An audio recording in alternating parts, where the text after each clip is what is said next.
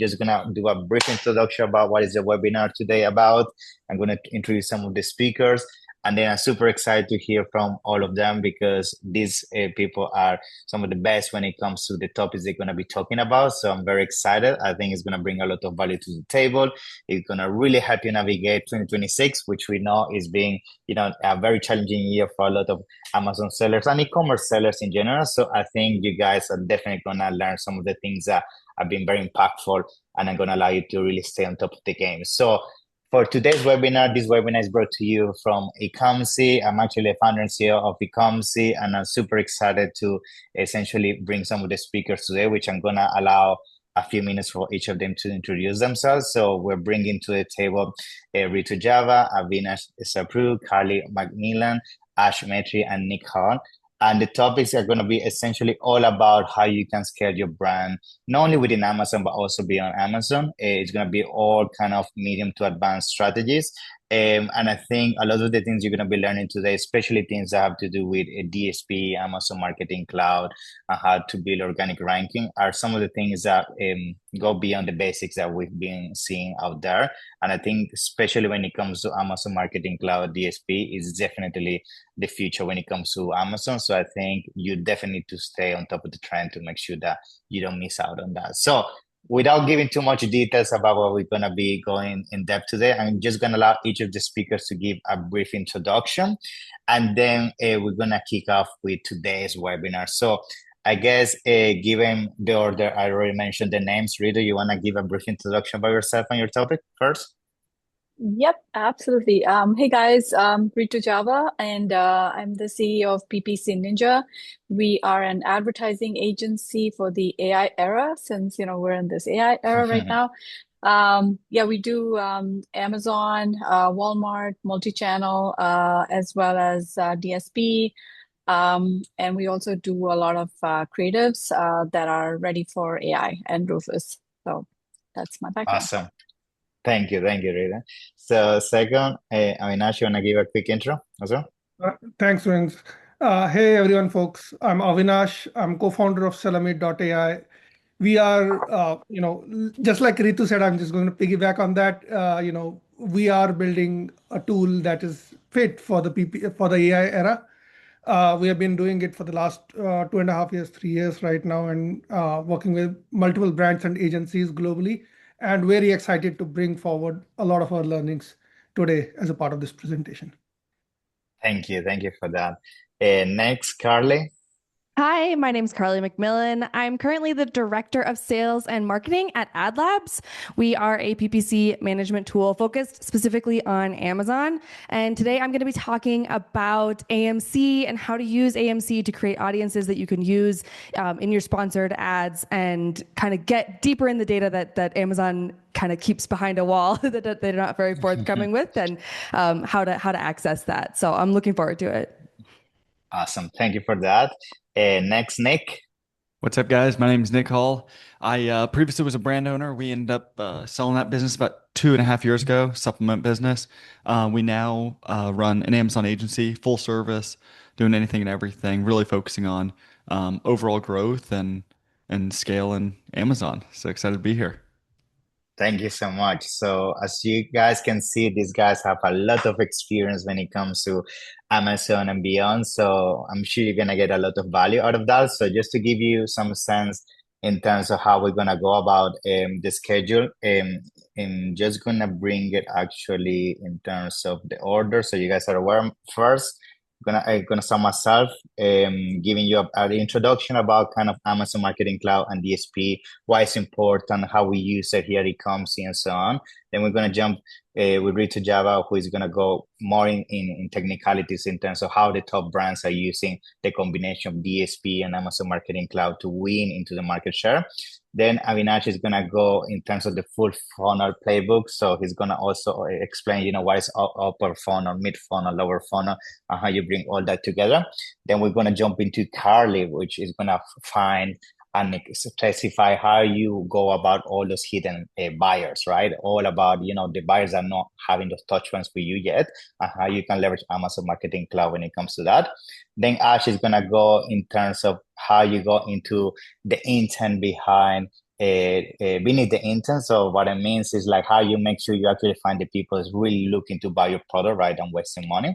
And finally, Nick is going to focus on organic ranking, which we know it's all about when it comes to, really building your asset and a brand on Amazon. So without further delay, I'm going to bring my presentation on the screen. And remember, guys, the goal of this webinar is for really for you guys to engage. I don't want this webinar to be one of those you see all the presentations and then you go back home or on your laptop and then don't implement that. So if there is something that is not clear or something that's really creating a lot of friction for you to implement it, put all the questions as you can see on the options below. And then towards the end, I'm going to make sure with the team here in the panel to answer all those for you in detail. Okay, awesome. So let me bring my slides so we can kick off today's webinar. I'm just gonna bring it here to the screen. Okay, and I just want to make sure from you guys if you can confirm if you guys can see my slides. Yeah, can you guys see my slides? Yeah, cool, guys. So we're going to focus on today's presentation in terms of how to leverage Amazon Marketing Cloud on DSP. My goal for this initial presentation, again, is to give you an introduction because I'm aware that a lot of you are still not aware of the potential when it comes to this. So I'm going to give you the meaning behind each of them, why it's a must, and then that's going to create a very strong foundation for what you're going to be learning next, because some of the following presentation are going to be going more in depth when it comes to technicalities. And I want to make sure you understand what are some of the terminologies and why this is something that is very important when it comes to leverage within your brand. So before jump into the topic, I'm just going to give you a brief introduction about myself so you know who I am. So my name is Vincenzo Toscano, founder and CEO of Ecomcy, and we're a full service agency when it comes to Amazon. We also do Walmart and TikTok. We've been in this space for over 8 years now, so we have seen everything under the sun when it comes to scaling brands on Amazon. Right now, we got a team of over 80 people with a portfolio over $350 million in active revenue managed. So we have a lot of understanding of what works, what doesn't work. We have essentially really figured out, what are some of the hidden kind of strategies that really move the needle. And that's why I'm so vocal when it comes to Amazon Marketing Cloud and DSP, because that's definitely been something that's been very impactful for a lot of our brands. And I keep saying, like, this is something that you really need to jump on this train when it comes to 2026. Otherwise, you're going to be left behind. Besides that, just for you to have a bit more background, so I also have a podcast. Feel free to check it out. It's called the E-commerce Lab Podcast, where I have actually some of the speakers with me today on the podcast as well. So feel free to check it out, which, on a weekly basis, we release new episodes, and I'm sure you're going to get a lot of value out of it. So now let's jump into the topic, okay? And I think it's really understanding what is the new frontier when it comes to Amazon advertising, because this is really where we're heading when it comes to Amazon Marketing Cloud and combining that with DSP. I think the most important thing is understanding, where the search and exposure to consumers on Amazon starts, right? And understanding that is going to give you a pretty good understanding of why Amazon Marketing Cloud is very important. When we understand that from an e-commerce point of view, over 50% of sales are happening on Amazon, that means in essence that if you don't find a way to reverse engineer the consumers on Amazon, you're leaving most of the table as a brand on the table, because essentially if you don't understand who is your avatar, when a main avatar is the gender, how much money they spend, where are the days, what are the behaviors within the platform, most likely you're not going to end up really building a unique kind of database of who is the persona you should be going against, instead of what most brands are doing right now on Amazon, which is just advertising on generic keywords or their main keywords. But the reality is that within a keyword, there's the niche within the niche, right? It's based on behaviors and all of that. So that's what essentially Amazon Marketing Cloud is all about. And that's why I keep saying sponsor ads is not enough anymore. We're seeing how it's getting more and more competitive. Cost per click is getting more and more expensive every single time. Can't tell you how many times I jump on calls and I see the history of CPC and how much it takes to essentially convert a client. And it's very rare that now I see the trend going downwards. It's actually going higher and higher and higher. And the reality is because the competition is very is getting very aggressive, right? And on top of that, when it comes to specific products, most of the time you only have 10 to 20 keywords that really you can make most of the revenue from. But when you start actually understanding that most of the time where people are looking on some of these keywords, you have huge audiences. Like, I'm going to make a very quick example to make it very graphical. Let's say you're selling a water bottle, right? But your water bottle is specific because it's made from specific eco-friendly material and it's very premium and it's meant for hiking, right? I already gave you 3 kind of characteristics that will define an avatar. If you only try to advertise from a sponsored perspective on water bottle, it's a very expensive keyword, and you're gonna end up showing your product to potentially a lot of people that are not willing to buy eco-friendly and expensive and a bottle that is meant only for hiking. And that's where Amazon Marketing Cloud really comes into the play, because now, right, only focusing on keywords and hoping that somebody looking for those characteristics is going to come into play. Now you can put essentially this filter in place and make sure only when people is likely to behave and have this kind of interest, that's where I want my ability to dynamically be adjusted. And now you go from being kind of very random from an advertising point of view to being very tailored, right? Of course, when it comes to DSP, the reason why we usually bring this into the mix is once you start really leveraging Amazon Marketing Cloud and understanding the behavior of the consumers, DSP becomes your best friend, right? Because at that point, you really understand how the consumer behaves, what are some of the touch points, what is the kind of behavior when it comes to different time frames in terms of engaging, abandoned carts, and all of that. And then DSP is going to be essentially that tool that's going to make sure that you keep engaging with your consumers, but more importantly, actually reach into new kind of placements that you wouldn't reach if it wasn't for DSP. I think if I actually can add this, the reason why DSP in the past has such a bad fame is because in the past, first of all, you couldn't be as tailored. And second of all, you didn't have as much transparency as you do now. Now with Amazon Marketing Cloud, you know exactly from top of the funnel to bottom of the funnel what is happening.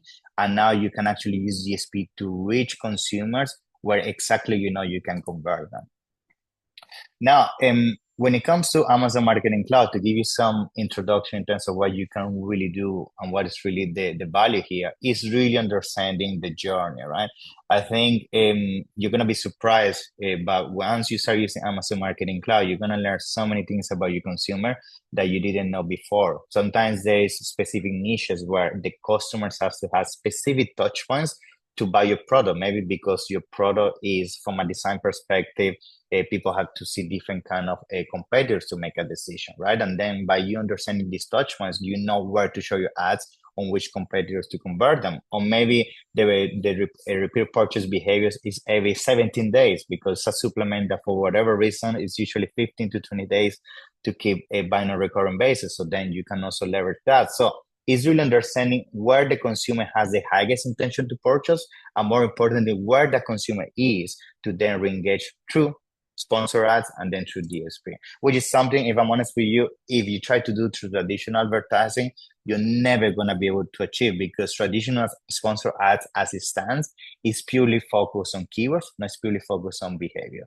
And as we see how Amazon is shifting, especially with Rufus, it's all down to behavior. Amazon wants to make sure that every single time you open an app, the app is essentially personalized from a shopping experience to who you are as a consumer. So if you understand that and where Amazon is heading, advertising is the same.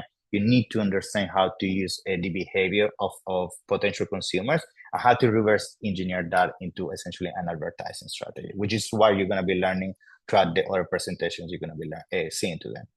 This is a very quick case study I just wanted to bring to the table. So this is a premium brand that essentially they were really struggling with ACOS. And I keep bringing a case study that have to do with premium brands because we have a lot of brands that they really stand for who they are as a brand. You know, they have unique kind of branding, they have unique materials, they have IP, they have things that really justify being a premium brand. But we know on Amazon, sometimes people are heavily driven by low prices. They just, let's say, back to the water bottle. Why would I buy a water bottle that's $100 when the average price point is $10 to $20? You really need to have find a way to filter down all this noise. And that's where essentially using things such as Amazon Marketing Cloud is really allowing us to combat this, because now I can make sure that every single time I run advertising for our clients, is essentially consumers that I know historically buy premium products because of the essentially the amount of money they spend with Amazon and the behavior that they have within a specific niche. Again, If you try to achieve this with traditional ads, you're only gonna keep increasing your acres because you're gonna keep targeting the main keywords where water bottle is being searched, and you're just not gonna be able to find those few consumers that are willing to pay the $100 for a water bottle because you understand the value behind it, right? So again, going back to essentially why it's really impactful is essentially how you filter down your perfect avatar. Now, when it comes to Amazon Marketing Cloud, another thing that, of course, I love to do, and just to give you a very kind of specific scenario, is also essentially understanding, first of all, the rolling time windows, which is going back to supplements. This is very important, how often they buy from you, the recurring behavior, and the touch points. But more important, the cross-selling opportunities. Most of the time when I jump on calls as well and do all this, most of the hidden revenue is that you don't know how to increase the lifetime value of your consumers. And the lifetime value of your consumer usually comes down to offering more to what they're already buying from you. Let's say you're selling a vitamin C from Amazon Marketing Cloud, right? And from the data, you can figure out that maybe they're also interested in things such as vitamin D or other kind of supplements. And again, you as a brand owner start to identify what are the things you can add to your current catalog to keep upselling by retargeting your current consumers. Just to give you a very clear example of how you can leverage something like this. Now, when it comes to DSP, right, just to give you a more kind of in-depth analysis of where this starts coming to play with Amazon Marketing Cloud, is that most of you guys, when it comes to advertising, you are stuck at what I call bottom of the funnel. And that's something that unfortunately is what Amazon made us get used to, is Amazon create this kind of perception that is all down to, essentially showing the product to a consumer, generating the sale, and then that's it. In fact, most of the time, and I'm sure a lot of the speakers today with me on the webinar will agree that when this audit a brand or they talk to brand owners, they don't have a strategy beyond first touch point and first conversion. They only focus on creating that first sale. And then what happened after? Like, how do I make sure I keep engaging with the consumer? More importantly, even from a defensive point of view, a lot of times the reason why brands fail is they're very good at acquiring clients, but they're not very good at keeping them. And that's all down to essentially understanding how your whole funnel behaves. And with DSP, you can do exactly just that. You can embed the behaviors that you get from Amazon Marketing Cloud, as I just explained, and you can use DSP to re-engage with those consumers. Or more importantly, do things such as a simple asking DSP, right? Which is advertising that can go also beyond Amazon. What I mean is outside Amazon, and say all the consumers that within Amazon Marketing Cloud have consistently bought from me for the last 30 days, 60 days, 90 days, as long as you want to do it, use DSP to go out there and find what is called new to brand consumers, right? And that's where DSP becomes your best friend there, because now DSP essentially is the car, right?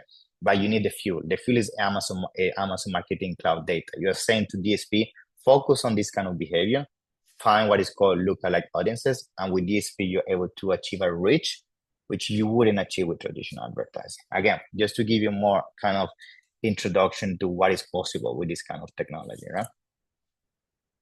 Now, this is another quick example I wanted to bring to the table. So this is essentially another brand that was in the clothing space. And one of the issues we were really having with them is essentially we were really struggling to essentially compete with sponsored products.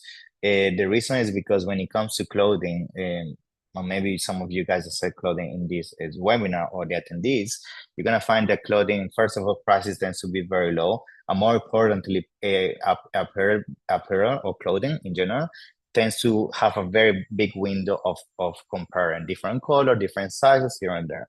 And that's where DSP is a must. You need to keep showing them the t-shirt, the pants, the jacket, right?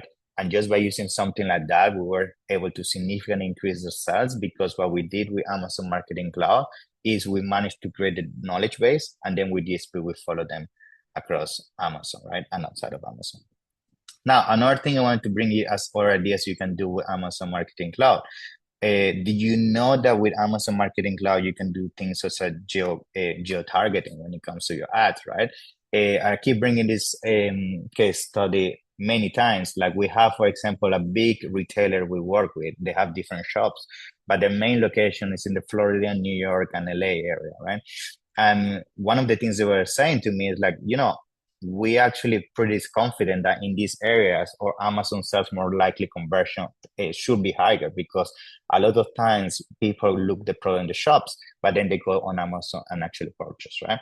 And then when we actually had this conversation and converted that into data, it was as simple as using Amazon Marketing Cloud and start filtering down to essentially their location, right? And then we will use that data, for example, to leverage on sponsor ad campaigns to dynamically adjust the bid on those locations, and also with DSP. Again, another kind of quick introduction what Amazon Marketing Cloud is possible, which with traditional advertising you wouldn't be able to achieve, right? And more importantly, by the way, it's not only about targeting these people and the current kind of states where you're potentially having this bigger presence. It doesn't have to be retail, by the way. It could be because you're using a lot of influencers that they're all from Florida, or for example, you're doing a TV campaign, or you had a PR release, just to open more kind of the mind of what is possible.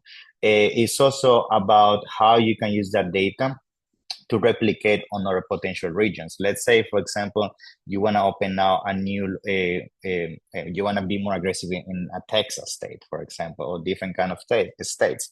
You can reverse engineer how some of these other locations are behaving and kind of extrapolate how you could potentially use a lookalike audience to expand it to these locations. Again, more ideas of what you can do with Amazon Marketing Cloud. Now, to start concluding, because I think I want to leave you with an idea of how you measure success. If you come to me and you ask me, how do I make sure Amazon Marketing Cloud DSP is working? Whoever tells you that the only way this works is focusing on revenue, unfortunately, that's really not the way to measure this. The only way to measure this is working is new to brand.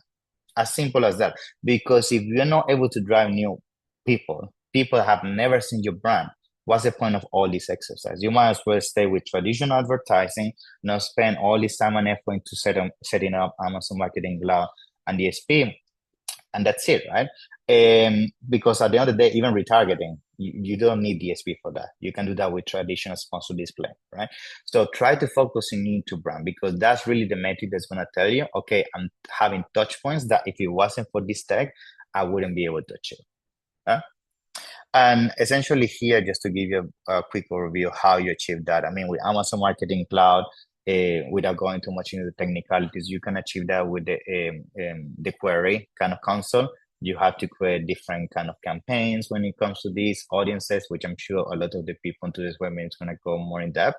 But yes, it's as simple as understanding, okay, what is being kind of the new to brand metric within a specific time period. Could be 30 days, 60 days. Now the time frame, it also depends on the type of product. And then you can replicate and use that within, creating an audience to leverage on sponsor ads, or more importantly, retarget those consumers through DSP. Now, concluding kind of best practices, right? In terms of what you should do to make sure this is efficient. The first thing is make sure if you're using Amazon Marketing Cloud, by the way, your audiences are custom. Don't default to the kind of generic ones that Amazon gives you, which is abandoned carts, high spenders, or people has bought from you in the past. Because if you do that, you're doing what most people doing Amazon Marketing Cloud is doing anyway. So that's not going to give you a lot of leverage. You need to go deep. You need to go deep in terms of people that has done X actions, such as, for example, bought from me in the last 15 days. So people has engaged with this product and then bought this other product, or people has done this specific kind of behavior. Because if you just keep it generic, at the end of the day, Amazon Marketing Cloud is also going to stay generic to some extent, right? So invest some time. Even Amazon has rolled out essentially the prompting option within Amazon Marketing Cloud. So you can type what you want the audience to reflect. What a better person than you, the brand owner, to really understand what you want to understand from your consumer to make that into an audience, right? The second thing, which I would like to also focus on, is try to use your Amazon attribution here. By the way, Amazon attribution, you can also leverage that with the Amazon Marketing Cloud. So let's say, for example, you're using Amazon attribution to bring clients from influencer campaigns, email marketing, anything of Amazon. You can now use that to essentially put that into Amazon Marketing Cloud, create an audience, and for example, retarget that with traditional DSP, right? Just to another quick parenthesis of a case study that we have done this. We, for example, sometimes when it comes to Amazon Marketing Cloud, what we do is, let's say we run a very aggressive Amazon Creator Connection campaigns for the last 30 days. We drive all this traffic to this specific ASIN. Then what do we do with Amazon Marketing Cloud? We create an audience of all the people landing on this ASIN for the last 30 days.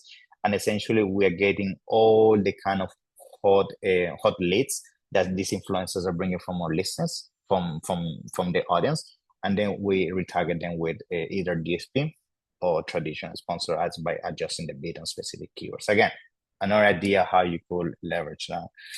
And to start concluding, tip 3, I would say, is try to really focus as much as possible Amazon Marketing Cloud, to be honest, on events and frequency. What I mean by that is you really need to figure out what is the ideal window for people to engage and buy from you. Because if you don't figure that out, most likely you're going to end up retargeting them or showing ads outside the window when the consideration towards purchase is the highest. Now, the way you figure out this is basically testing this on different campaigns, see how it converts. But that's really the goal. Identify what is the ideal frequency to make sure your probability of conversion is the highest. And finally, I guess to bring all this together, and of course, now we're going to go deeper into the technicalities, is try to really understand how to fully optimize your funnel, right? And the reason why this is very important is most brands on Amazon are only focused on bottom of the funnel. They don't really understand how to go beyond the first kind of purchase. And again, this is what you're going to be learning all about on today's webinar. It's about how to create a knowledge base, how do I engage with DSP, how to leverage that within sponsor ads. But more importantly, I create my knowledge base, because the success moving forward on Amazon is about the brands that create the biggest knowledge base within Amazon Marketing Cloud, because that means you know your consumer the best. That means you need less money to find them, and more importantly, you're going to be more profitable than your competitors that they're only competing on the same keywords over and over again. And with an increased CPC, it's only a matter of time before they're out of business. Okay. So that's everything from me, guys. Feel free, of course, to scan the QR code here on the screen. We're more than happy to have a call, explore how we can help you when it comes to Amazon Marketing Cloud and DSP. And now I'll leave you with Ritu, which I'm sure she's going to go much more in depth when it comes to all of this. And remember, if you have any questions about what I just mentioned, leave your questions below. And then we're going to make sure towards the end of the webinar, we can go more in depth. Okay. Awesome. So Ritu, floor is yours. Yeah. Thank you. Awesome. That was awesome. Thank you so much for that great background, and just it made it so much easier kind of get into details and other topics. Yeah. So I'm gonna just share my screen here. Oops. Just okay.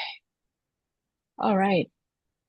Okay. So yeah, I'm just going to key off of what Vincenzo just shared about the importance of AMC and DSP, and how you can't just be focused on keyword-based targeting anymore, because things are getting saturated and you need different ideas to kind of reach audiences that are appropriate for your brand. And so AMC and DSP together offer a lot of opportunities. First of all, they are leveraging Amazon's immense data, and you can actually get to that data in slightly complicated ways. I mean, I wish Amazon had made it even easier, but I think it's already getting easier and easier, especially with Amazon Marketing Cloud. I remember when it came out, it was like this, very geeky thing where you had to set up an S3 bucket and make sure that, all the queries were written in SQL, and you had to have someone on your team who understands SQL. But now it's becoming easier, and recently Amazon even released a SQL creator or an assistant that is AI based, that you can simply type your query in plain English, and then it will convert it to SQL. But it's not as straightforward as it sounds. Okay, so there's some pitfalls there, and I want to make sure that I'm being transparent about how easy or difficult this whole thing is. If it was super easy, everybody would be doing it, right? So let's get into it. A little bit of background. So I founded PPC Ninja. We're an ad agency. We were formed 7 years ago. I personally have 15 plus years of experience in the e-commerce space, but we've trained thousands of people on Amazon advertising. I also run a newsletter called the AI for E-commerce newsletter with over 6,000 subscribers. And today I'm going to be talking a lot more on the AMC side and a little bit on the DSP side. So so that we have a little bit of balance in this group.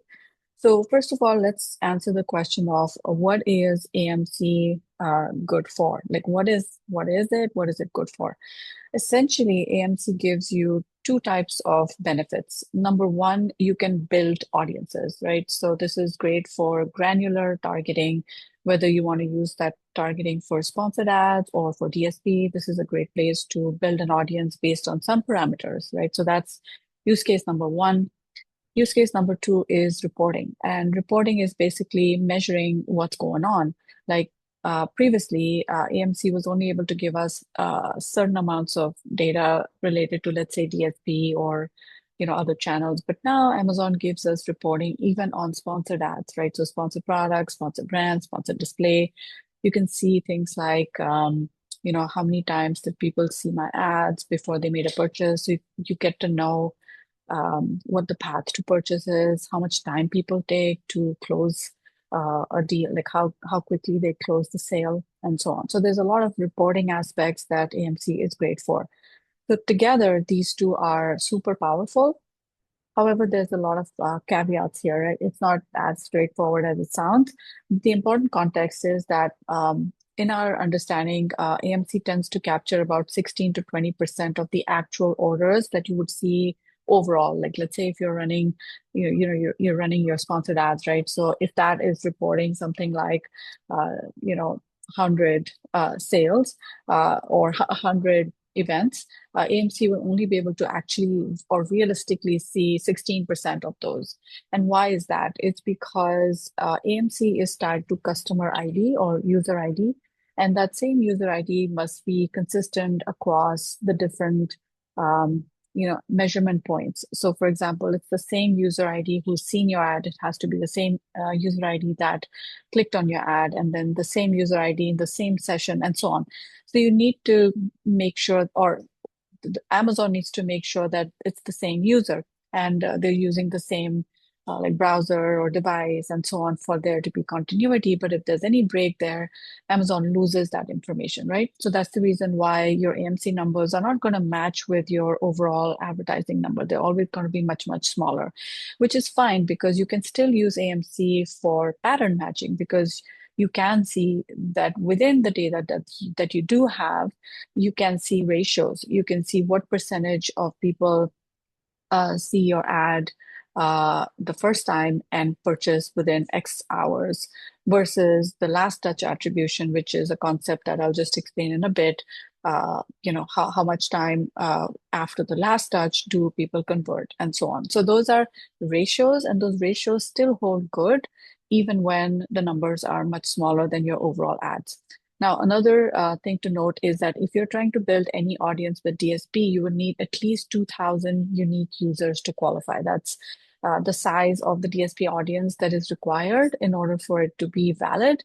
Otherwise, it fails, right? And a lot of people have tried to build audiences, they fail, and then they give up, right? So don't give up. You can do many things to kind of extend that by maybe using a longer time window or using a slightly looser criteria and not so super targeted. Because suppose you start to say things like, with geo targeting, I want people in this location, which is like one block in San Francisco or something, you're not going to get anything back, right? Because that audience is too small, and it endangers Amazon, to inadvertently release or identify the persons that they're trying to target, so that they don't allow it for personally identifiable reasons. And that's the reason why you need larger audiences. And AMC also needs 100 unique users per row to qualify for any kind of aggregation. And if that aggregation doesn't work, it basically comes back as empty rows. So when you see empty rows or empty data, it just means that, okay, for this granularity, Amazon is not going to release the data. And that's what also shrinks the AMC audiences to much lower than what you're seeing on sponsored ads. Okay, so given that context, there is still a lot that you can do. So let's see what you can do with AMC. So here are some of the things that your ad reports won't be able to show you, but AMC can. Okay, so the first one is path to purchase with click-based attribution. So what is path to purchase? People see your ads multiple times. They see your ad on the search results page. They will see your ad on the product detail page of a competitor, or even on your own page, and so on. People generally can't tell the difference between an ad and an organic listing, and they're just clicking around, especially when they are researching, right? So we did a little study of some accounts where we said, okay, how what does the path look like for um, for different number of clicks, right? So for example, how many people actually clicked with just one click were able to kind of convert. That path is the shortest path, right? Just one ad and then boom, you're done. That conversion rate was 12%, and the estimated ROAS was 4.5. With two to three clicks, which means two to three different ads, you're actually seeing a much higher conversion rate, which is interesting because it also has a pretty high ROAS, because these people are actually researching, even though they did two or three clicks to reach the right product. They eventually converted and they didn't drop off, right? So this is an important one to know. And this kind of analysis can be done with, in fact, we did it, and this can be done only with the help of AMC. 6 to 10 clicks, conversion rate 10, 11 to 20, 21 clicks and above. This is really, really insightful when you run the queries the right way. So the sweet spot in this case is finding people who are in this range where they have clicked 2 to 3 times and they have still not purchased. We can target those people, and then that can be fed into DSP. So it's an interesting combination. Second, the ad overlap and impact on the average order value. So this study is basically when people are shown only your sponsored product ads, or they're shown sponsored product and sponsored brand and sponsored display, sponsored product, sponsored brand and sponsored display. So with these combinations, we actually calculated the average order value of people who have been exposed to these three types of ads. And this is what we found, that the highest average order value came from people who had actually seen all three of our ads, right? And this was the lowest, this was the highest. So this is actually very interesting data that you won't be able to tell. And you might, kind of look at an ad and say, oh, this isn't doing much.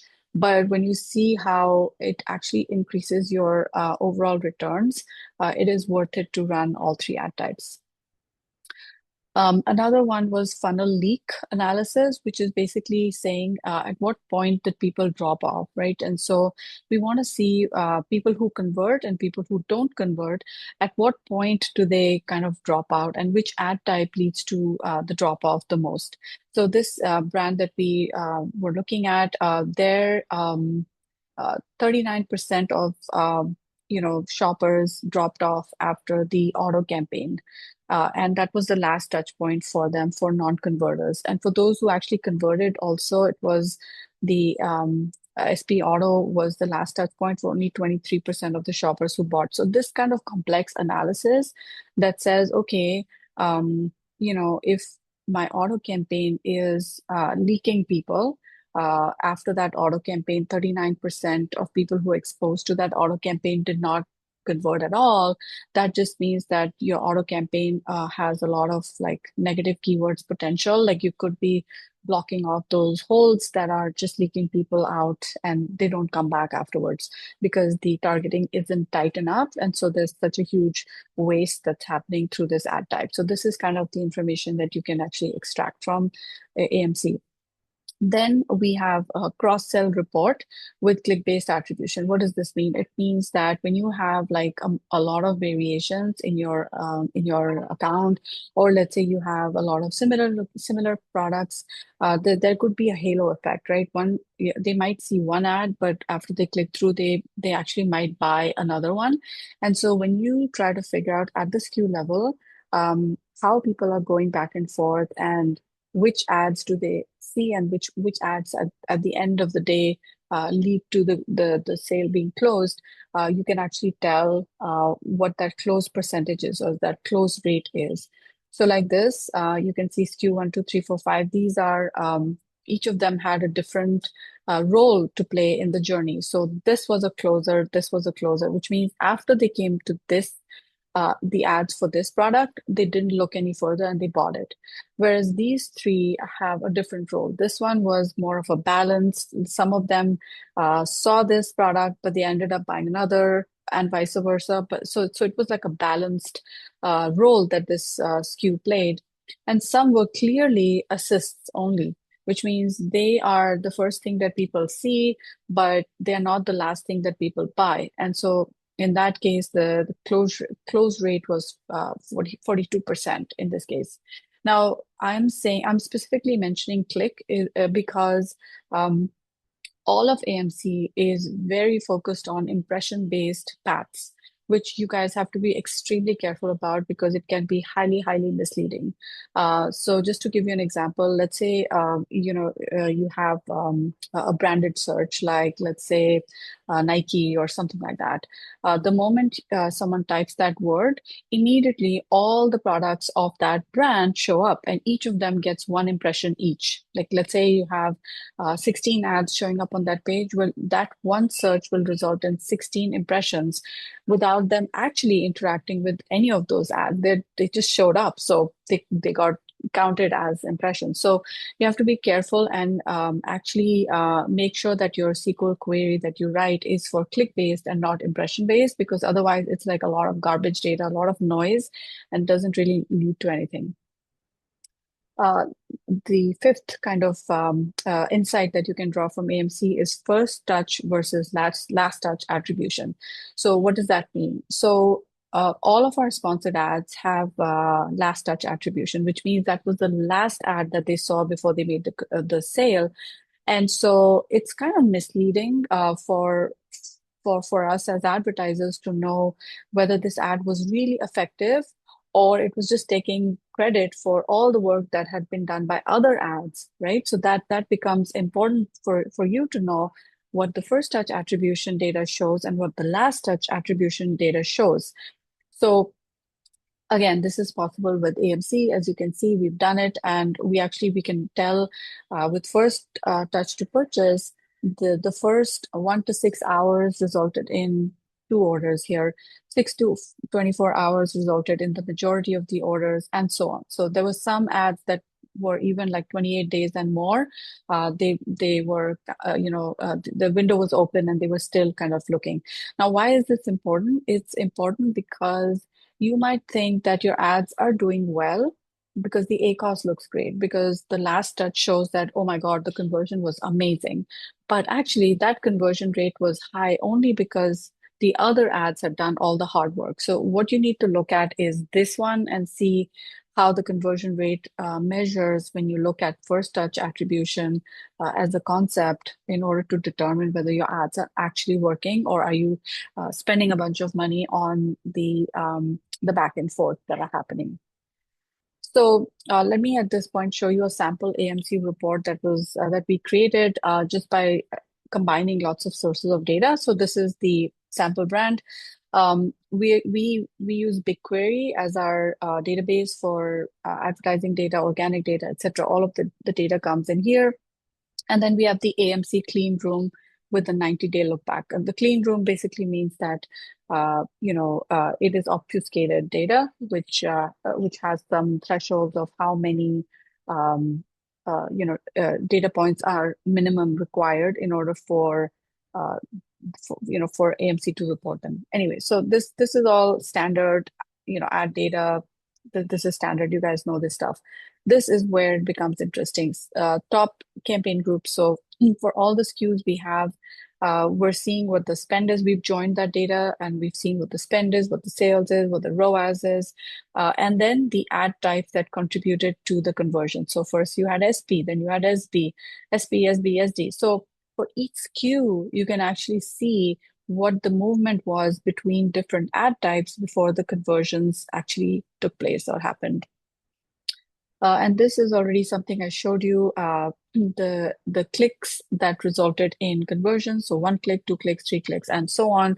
What the average order value was for, and then the estimated cost per acquisition, which means, actually, this is kind of complicated. I had to really rack my brains how to get this number. So how to get the cost per acquisition for for spend, because AMC won't report that, right? It's not, it's just going to tell you how many clicks.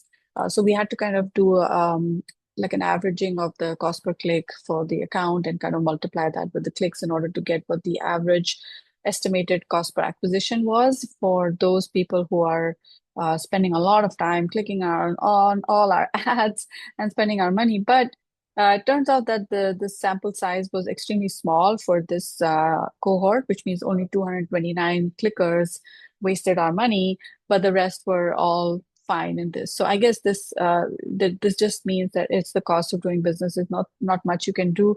But let's say this was a huge number, then I would like to create an audience to make sure that high clickers and no spenders need to be negated in DSP, for example. So that's another kind of use case that we can do. Again, I think I've shared this overlap audience between different ad types, the drop-off analysis, which ad type actually was the last that they saw before they dropped off, and so on. So there's many different things that you can do. Time to purchase, first touch time to purchase is 60%, last touch time to purchase was 92%, buy within 24 hours of exposure, and so on. I'm gonna, in the interest of time, I'm just gonna go ahead and keep moving forward. Okay, so now we want to turn our findings into DSP audiences. So this is kind of built in by Amazon. They've made it quite easy for you to create audiences and then use them in DSP. So AMC tells you basically who to target, and then DSP lets you reach them, right? So that's the connection between these two.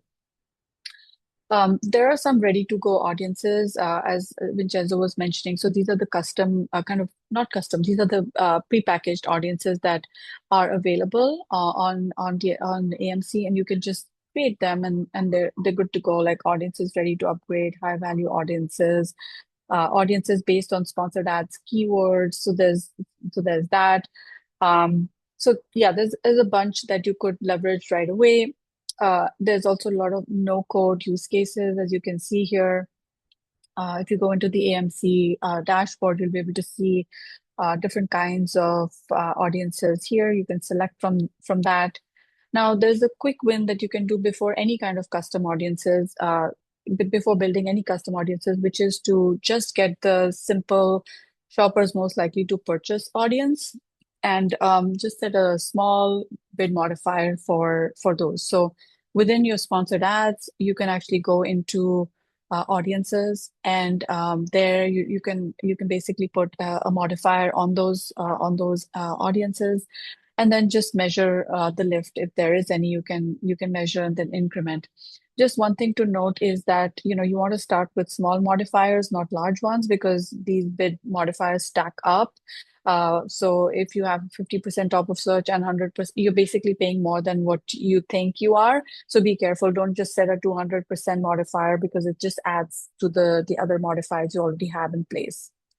Now, how do I actually run all these queries? Because what you saw was fairly complex. The dashboard that I showed you is fairly complex, and most people will take a long time to get to that point. So how do you start? Like, what do you do, right? First of all, get into AMC. So the AMC Marketing Cloud is kind of hidden. It's over here, as you can see. It's within your campaign manager, so you can go there. Now, like I said earlier, that previously you needed a lot of SQL knowledge in order to get anything out of AMC. And even then, those queries used to fail all the time. But now Amazon's AI gets you 70% there. And where it falls short is that it needs you to fill in some campaign IDs and things like that, which is a lot of work, right? So I'll just show it to you, and then you know what I'm saying. So this is what it looks like. Here's your AMC dashboard, the query editor, right? And here's where you can create all these queries that dig into Amazon's data. Now, on the right side here, you'll see Ads Agent. It's an AI-based tool where you can type to it in English, and then it creates SQL. Now, this SQL is not ready to use, not ready to be used as is all the time. Like almost 80% of the time, this will fail if you try to use it, and you'll be like, oh, I don't know what happened. So what you want to do is Sorry, one more thing to note is that when you create this query, you need to set the look back window to 90 days. Otherwise, it will default to yesterday or something like that. So now, how do you finish off that query? The query that Amazon's AI gave you, I use Claude to finish the query. So take that query, take it into Claude, and have it look up your actual campaign IDs and so on, and put them in so that you have the right SQL. Then you put that in and then you run it. It works like a charm, right? So that's the tip here. Try to use an external LLM, whether it's Claude or whatever your choice of LLM is. That combination really works well. So to wrap up, I just want to say there's a few things you can do right away. Do this week. You can add shoppers that are more likely to purchase with a 10% modifier, easy peasy, do it right away. Then this week, you can just open an AMC. If you haven't started, you don't know where to start, at least open AMC, set the look back to 90, run some sort of simple query and see what happens, right? Next Monday, build some sort of retargeting campaign with the audience that you just extracted.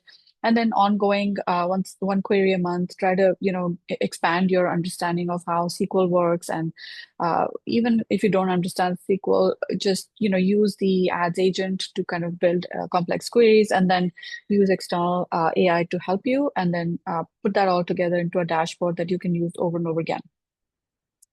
So yeah, just to conclude, the brands winning market share aren't spending more. They're using Amazon's data that's already collected about your shoppers more effectively, right? That's basically it.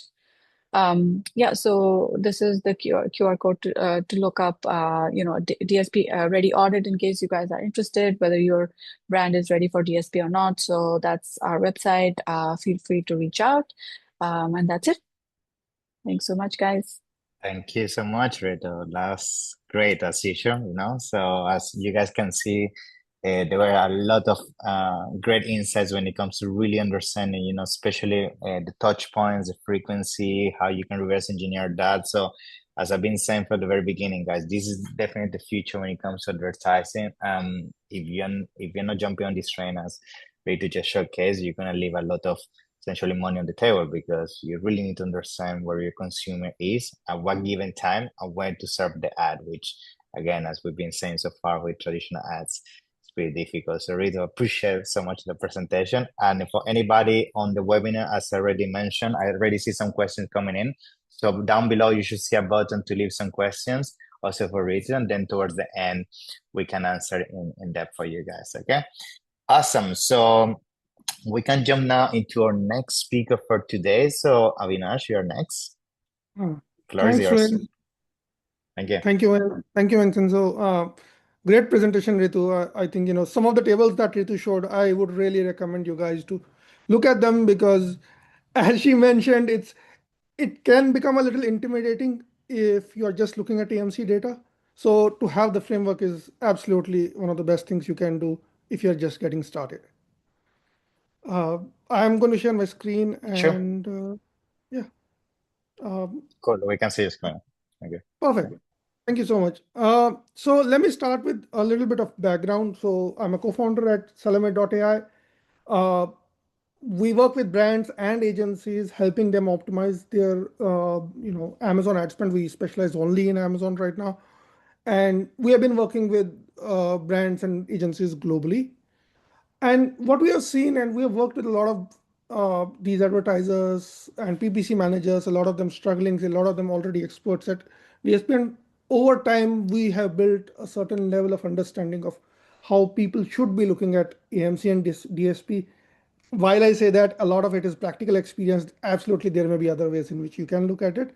I would highly encourage you to look at AMC audiences, because as Vincenzo said in the beginning itself, search is becoming saturated. 3 years, 4 years back, if you look at it, you're doing a lot of search term harvesting, and you would find these long tail keywords that nobody was bidding on, or the bids are very low. But right now, especially after the COVID, the number of sellers on Amazon has just exploded. You rarely get those opportunities that you would get earlier. The only way for you to distinguish is, can I get a better conversion rate than my competitor, so that I'm spending, even if I'm spending more per click, but I'm getting sales in lesser clicks. That's the only strategy that's in your hand right now. So with that in mind, I'll talk a little bit about where we see people struggling a little bit, and in their understanding as well, and what I see a lot of people doing, something that they can improve upon, right? So when we talk about this full funnel, and I'll get in a bit of what I mean by full funnel ads, what I see is people essentially at max, break down their returns on ad spend on based off, let's say, sometimes they may look at targeting type, or sometimes they may look at SP, SBSD, and DSP, and then based on just that, they decide, this ad may or may not be good for me. And I'll just refer back to what Ritu was saying. So there is a lot of issues in that approach. One of the primary drivers being it's the last touch ROAS that you're talking about, right? So uh, I'll just go back to that slide in a bit. But what essentially how you are thinking is your customer or your client or your prospective buyer is looking at your maybe video ads, maybe looking at your SP ads. So there's an awareness aspect of the problem. There is consideration where they're looking at your ad, clicking on it, going to your product details page, and then finally buying it. And this looks like a straight funnel in your mind, but that's not how it's happening in the real life. In real life, your customers are interacting with a lot of different ads that you are doing. So it becomes very imperative at that point in time for you to understand what that path is like. And before I get a little bit deeper into what I mean by that, I'll just do some clarifications. So when I say, top of funnel, upper funnel, or awareness, I mean typically customers interacting with, your DSP prospecting, DSP ads, some streaming video ads, online videos, SBV ads. These may be driven by audiences, these may be driven by keywords, or any other way that you would like to advertise.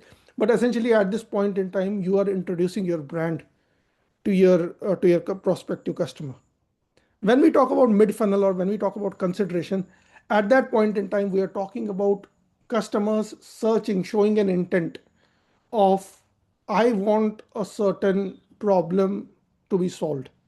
And at that point in time, you are either targeting that particular customer or that segment of customer population using your SB ads or display ads, where they may be searching for something, but you're trying to distinguish yourself by making sure that they see your brand or specific product at that point in time. And when we talk about conversions, we're talking about, they search for specific keyword, you have already run your ads, they see specific product with the price point, with the reviews, ratings, and then they are trying to go back to the page and buy that.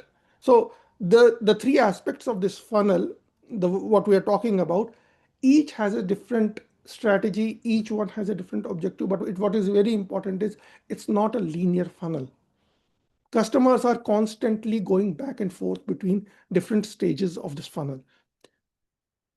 So this is where AMC becomes very important, and this is where this understanding of this funnel needs to you need to develop this understanding as an advertiser. You need to answer these questions for your own business. Are your campaigns reaching different audiences at each stage? Do you have all those stages? We talked about 3 stages here: awareness, consideration, conversion. Do you have the means to reach your customer at each of those stages for each user over and over again? Is there a coherent flow between your top of funnel, mid funnel, bottom funnel, conversion, consideration, awareness? Is there, do your customers actually flow through those channels? So one of the examples that Ritu was giving was, 7 clicks and they didn't buy anything. At that point in time, you need to understand that your funnel is failing for that segment of customer. So you need to be very aware of, at what stage my customers are interacting with my different ads, and how much is that overlap between the, let's say, top of funnel and customers migrating to my next funnel. And is there a combination, channel combination, that also I think Ritu covered a little bit in her presentation. Now, if you can answer these with data, you're good, but if you are guessing at this point in time how you should be doing. And this is what we have typically seen, and this is coming from us working with a lot of brands as well as agencies. We see huge overlaps between brands, and I may get a little specific at certain times, so please bear with me. So I'm just giving an example here.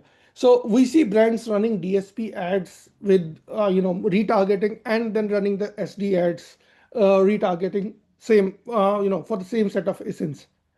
There's a huge overlap. For one of the brands, we actually got close to 30 to 40% overlap, meaning they were spending twice the amount for the same set of ASINs without getting any significant lift. Now, you can be doing the similar mistakes at different stages of your funnel, and that's where you need to get into the AMC part of it. You need to understand what those overlaps are, and that's where we need to understand what the path to convergence are for my customers. So, and I'll start with an example that we did with a supplement brand. So they were running DSP ads for a very long time, but they were unsure if that was leading to any desirable results or not. So this is what we did. We started with path to conversion, and by the way, like these are with all the chatbots and with all the Claude and AMC with Amazon's native integrations now available with these chatbots in the form of MCP, it's very easy to build out these audiences from here on. It was a little bit more difficult earlier. We had to rely on technical folks with SQL knowledge. Now that you don't have to do that. But the idea of path to conversion is, can you go back and see what your funnel is looking like? And sometimes it may look very clean. Sometimes you will find that your customer has interacted with only one of your ads, and sometimes they have interacted with a lot of your ads. So for this particular case where the advertiser wasn't sure if they should be running DSP ads, and I think there was one of the questions there as well. We saw 45% of their converters were seeing their DSP ad first, and we're talking about new to brand converters. But since they were looking at other ads as well, the ROAS metric in the panel didn't look good. Now the thing is, if you are taking business decisions just on the basis of last click ROAS, you will struggle, or you'll struggle to find these bits of important insights that are actually powering your business behind the scene, and you may lose out on sales. And one of the biggest metrics that I feel, if you're running, it doesn't matter if you're running DSP or not, but one thing that all your advertising should be focused on is your total sales going up or not? Because just looking at ad sales or just looking at individual cohorts of ads that you are running separately, it's not going to give you the right information that you need for your business. Second thing that we highly recommend each of our customers, and again, I'm taking DSP in this case, I would recommend you to run this regardless. You should know how much of your overlap is there. And this is the example that I was talking about. Huge overlap between SD and DSP, both on retargeting campaigns, means you're wasting your money. There's no incremental lift for you. You are better served if you dedicate that budget to someplace else. So channel overlap and unique reach is something that just looking at your Amazon portal for ads, they didn't solve it. So you need to look at AMC data to find this sort of overlap, and then decide what your strategy is going to be about the budget allocation. And similarly, we talked about multi-touch conversion lift. Like if you're looking at single ad, what's the conversion rate that you're looking at? If your customer has already interacted with 2 ads, what's the conversion rate? And 3 ads. We actually saw, and this is true for a lot of consumable brands, that they see a significantly higher consumption with the customers who are interacting with their DSP ads or looking at their multiple ads in general. And the whole idea about this is, so see, invariably what we have seen, and Vincenzo was also telling in the beginning that the CPCs have gone up invariably across categories, across geographies. Now, the only reasonable way for you to grow your business on Amazon is to make sure that your organic sales are going up. Because ACOS is going to go up and it's going to put pressure on your margins at all times. So this is the third one that we always recommend our customers to keep a track of this, which is new to brand customers, and keep a track of this by channel. Your top two, DSP video ads or even DSP display ads, they need to focus on your new to brand customers, because that's what is going to feed the rest of your channel. Remember that messy looking funnel diagram that I was talking about? Your top of funnel is what's powering that. If you're not spending enough on that, even if the ROAS looks bad, you need to keep spending on that. The only way you need to look at, if your spend is successful is, are you getting the actual lift in your total sales or not? This is exactly what we also recommend to a lot of categories where ACOS is invariably high, because there are a lot of competitors, and people are spending crazy amount of money on their ads, but they have high retention, they have high repeat purchase behavior. So in that case, the best way for you to build the business is acquire that customer and then use retargeting to make sure your lifetime value is high. And to cover that case, and I think this is one slide that I would recommend you guys to look at it with a little bit of patience, because this will actually cover what I'm trying to convey overall. Now, we talked about this stage where, impressions are there, clicks are there, then there's add to cart, somebody purchases, and then maybe few of them come back and purchase again. Now, what do you do with this channel? Now, I'm sure all of you have looked at your click-through rates and your conversion rates and, add to cart abandonments. But there's a huge, huge opportunity here for you to do. And this opportunity depends upon at what stage your brand is. Now, let's say you are a brand with 30-40% market share. You're top tier on Amazon in your category. You're not going to get a lot of benefit focusing on this bottom of the funnel in this case. But you would because you have a high market share, you need to look at who is abandoning the cart. How do I increase these impressions? So for you, the strategy that's going to help you is going to be, can I focus on certain video ads that is going to target people who are adjacent to my current audience, but may not be aware of my category at all existing, or may not be even realize that they may buy it.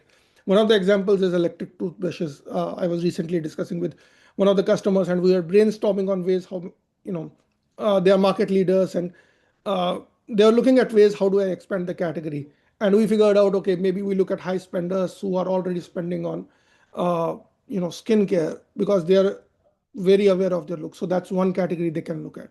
So looking at what stage your brand is, you don't have to do all of this. You have to do what's relevant for you as a brand. If you are somebody who is starting with just 5% market share right now, or maybe even lesser market share, you are a startup brand at this point in time, you are not going to focus on click-throughs, because that's going to be low for you for now. But what you can definitely look at is, can anybody who has interacted with my product details page, can I focus on them, or can I focus on my cart abandoners? Or if somebody bought my product recently, can I focus on getting them to buy one more time? What you don't have to do is, go for everything in one go. You will end up doing too many things with too little budget, and that would result in data not being coherent enough for you to deduce anything. You have to pick your slot. And I'm just we're looking at some of the ways in which we work with different brands, and invariably one of these three things have come up very often. We have worked with a lot of category leaders who are working to expand the category. We figured out the only thing that helped them, because it's like 40% market share is huge in Amazon. if you have 40% market share, you are not going to be able to break that to 50% without spending a crazy amount of money. What you can do is work to increase the category itself on Amazon. If you are a challenger brand, you are looking to steal the share. So look at your competitors, look at brand switchers, look at adjacent folks who have probably bought your one product but haven't bought the one ASIN that you're talking about in this case. And then the LTV play, which is I have higher cost, my whole category has higher cost. My CPCs are high, so how do I make money? So same tool, you get same set of data from AMC for everything. What you need to do is you need to pick up what part of funnel is most important for you as a brand, and then focus on that. Because you will see you'll hear a lot of information out there in the market, and we started with that, and we figured out over time, we also learned it, that it's not possible for you to be present and focus on all parts of the funnel.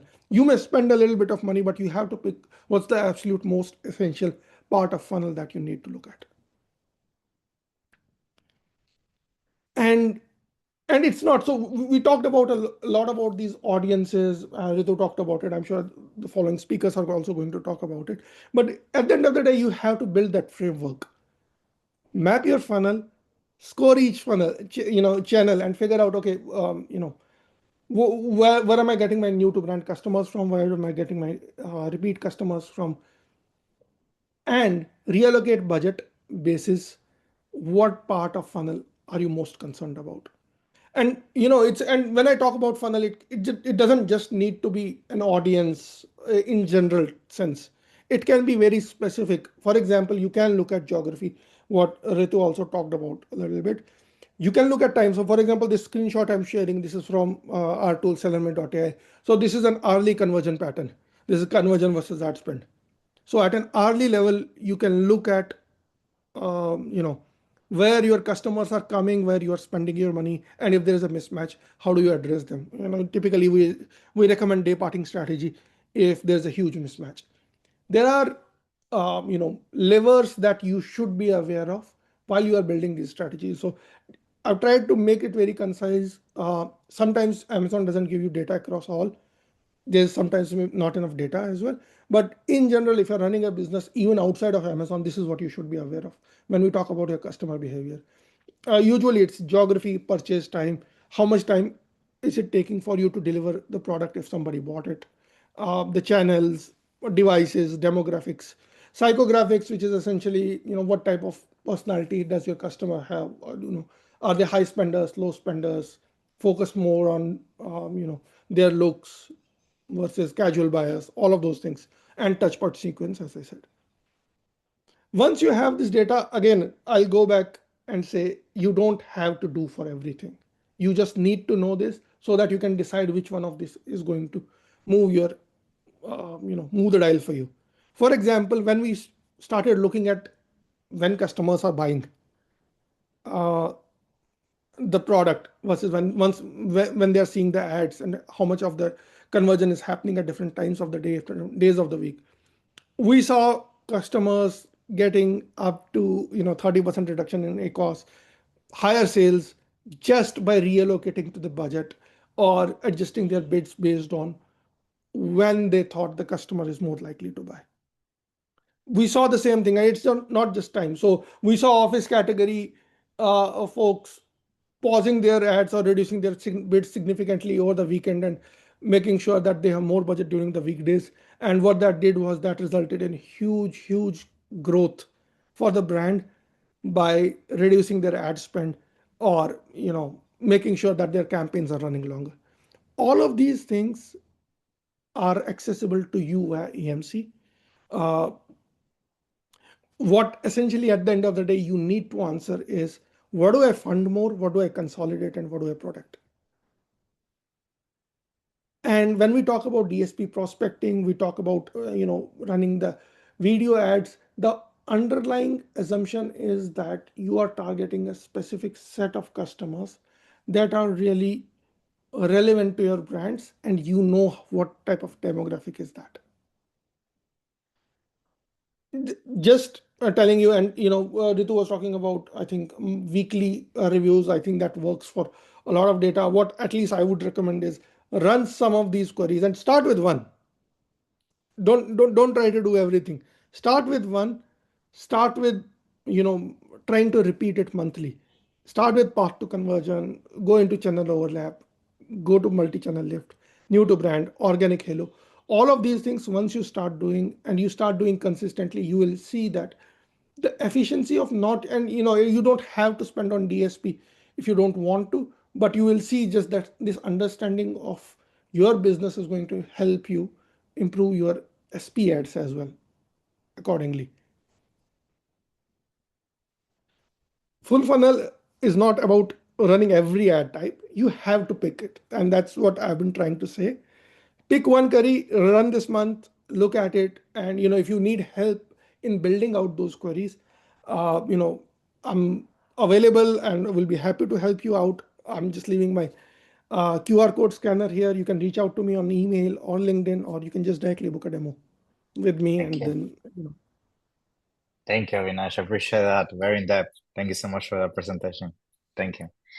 Cool.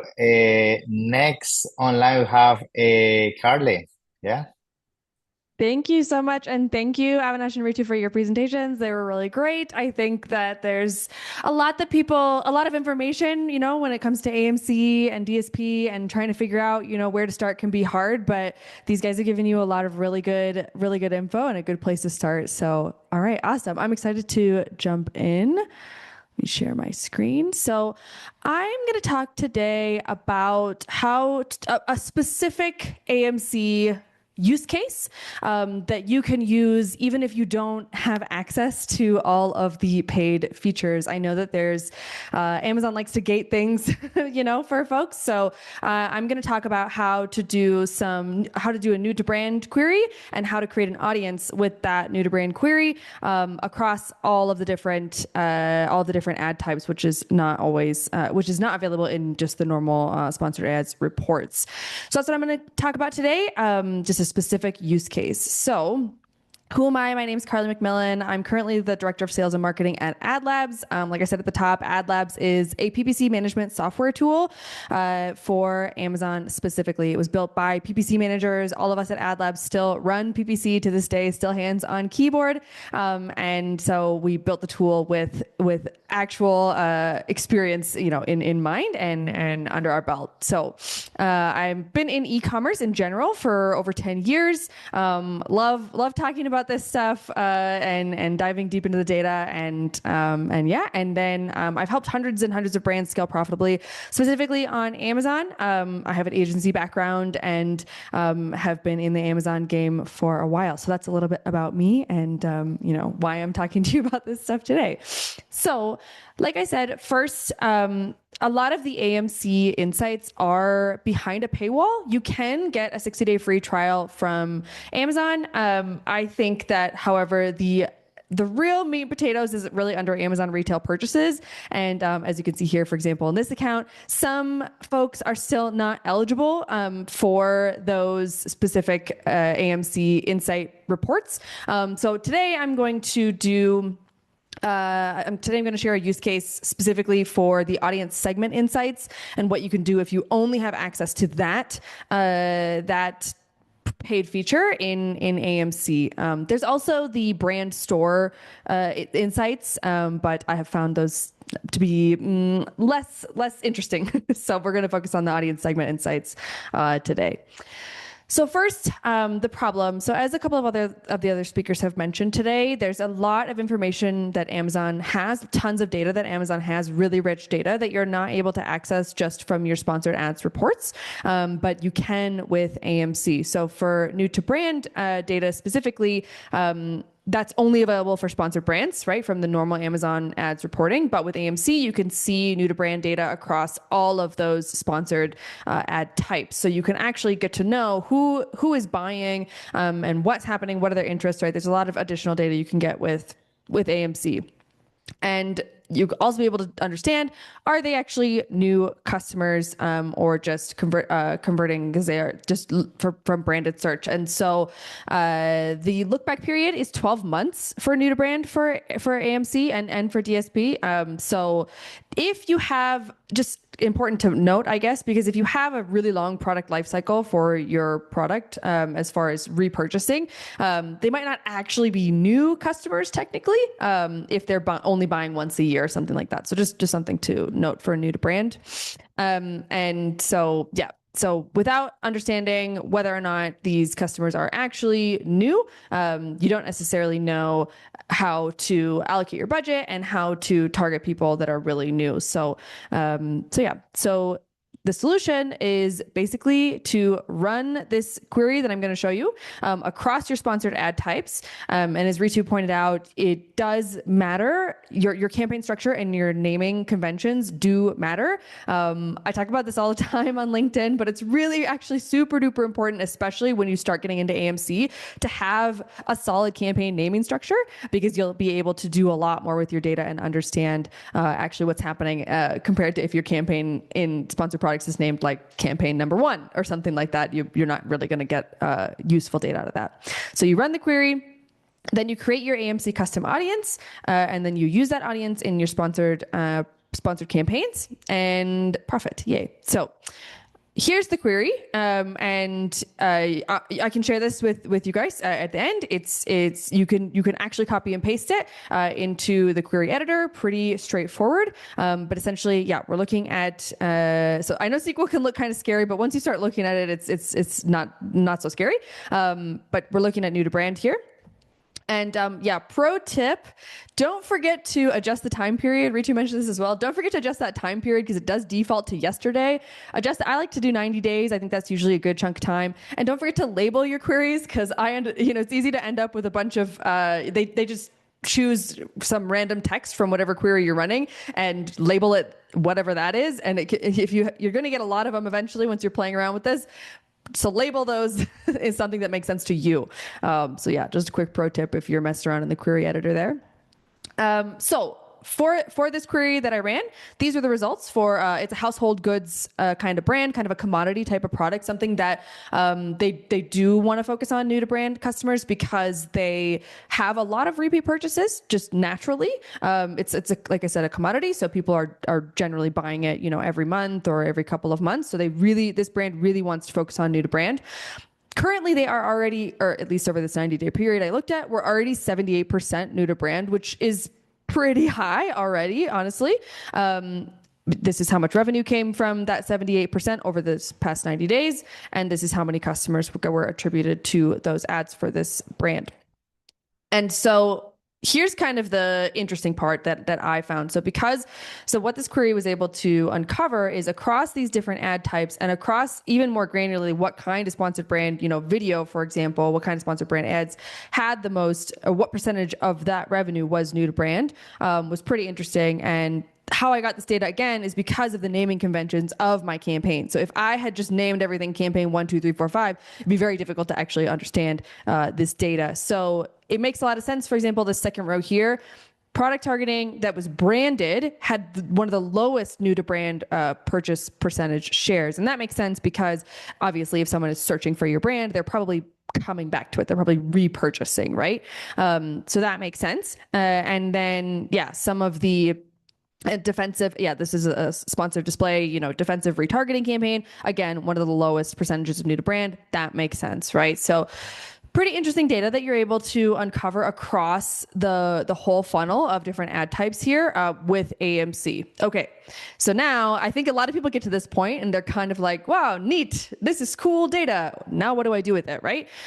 So next step here is to actually create a custom audience with this. So step one is kind of to see whether or not it makes sense to have an audience for this data that you've just looked at. And then step two, create that audience. So really simple audience query here. So in the query editor, you can run measurements or you can create the audiences, right? So this would be to create the audience. And so this is creating a new to brand lookalike audience. So this is some of the other settings that I put in. It's lookalike, and I usually default to most similar. There's other sort of tweaks that you can do with these parameters, but this is what I'll usually default to. And you can name it whatever you want, new to brand purchasers, whatever, that's up to you. And then it does sometimes take a little while to get approval or to let these queries run, I guess, so to speak, depending on how much data it's having to gather. So that can take a little while when you're running these queries, just so you know, sometimes you might want to do it in the morning so it's ready, that afternoon or what have you, or the next day. So yeah, if you need something fast, just keep that in mind. And then, so like I said, you run the query, create that seed audience. I like to create it as a lookalike, and then you are going to be able to utilize this audience in your sponsored products campaigns and add a bid modifier to it. Now, as Ritu mentioned also, careful with these because they do stack. So if you have, your placement, your top of search, rest search, product pages, placement modifiers running, and then you have your audience modifiers on top of that, it's going to stack. So you got to be careful. You got to watch those CPCs because they can get kind of out of control when you're adding these audiences on top of those placement modifiers. So it just looks like this. So you create your campaign, your regular sponsored products campaign, go over to the audiences sort of section up there at the top at the campaign level. And then instead of the audience built by Amazon, as you can see, is the first option here. You're just going to choose a custom AMC audience, and then you'll see, here's my custom audience that I created. Yours will be named whatever you want to name it, and then that'll be available to you as a modifier. And then I'll also add that when you are evaluating whether or not this is working, make sure that you go and look at that actual audience segment in the campaign, because if you're just looking at the campaign on the surface level, it can be difficult. You can't actually tell whether or not that audience is getting the clicks and that audience is getting the sales. You have to actually go in and go into the audience section itself. So careful about that.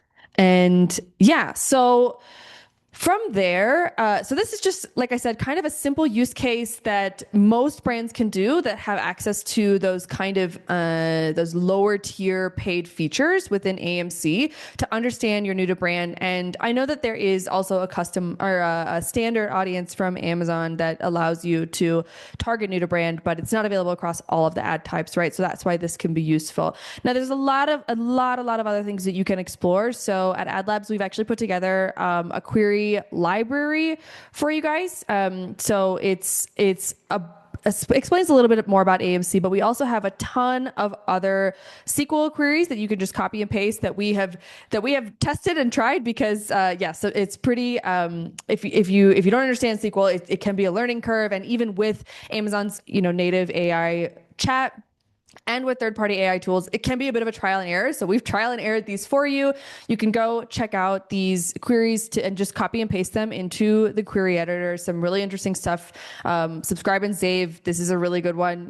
This is sometimes difficult data to access. So 15 different queries here that you can check out and run and see if they bear any fruit for you. See if they give you any insights for your brand. So, for example, for this use case, I might want to expand on not just new to brand, but I might want to look at one-time versus repeat buyers, right? That could be something to explore.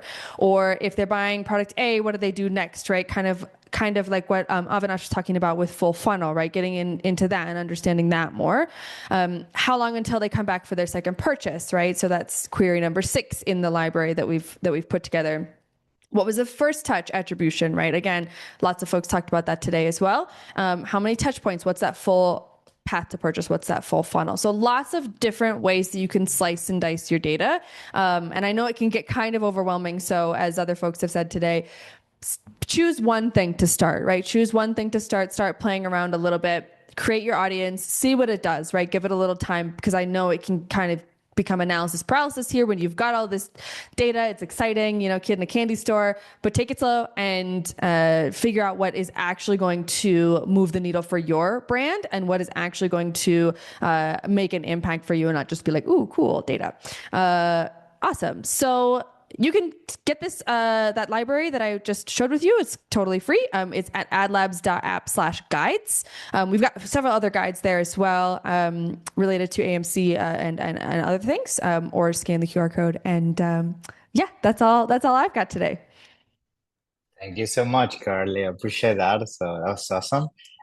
For everybody watching, remember, please, I see some questions coming in, so feel free to drop them down below so then we can make sure towards the end we can go more in depth and answer those technicalities. So thank you again, Carly. It was a pleasure.